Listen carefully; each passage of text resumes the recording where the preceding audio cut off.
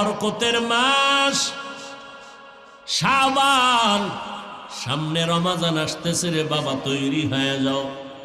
এই মাসের ভেতর একটা বরকতের রাত আসতেছে, লাইলাতুন নিসফি মিন শাবান, শবে বরাত।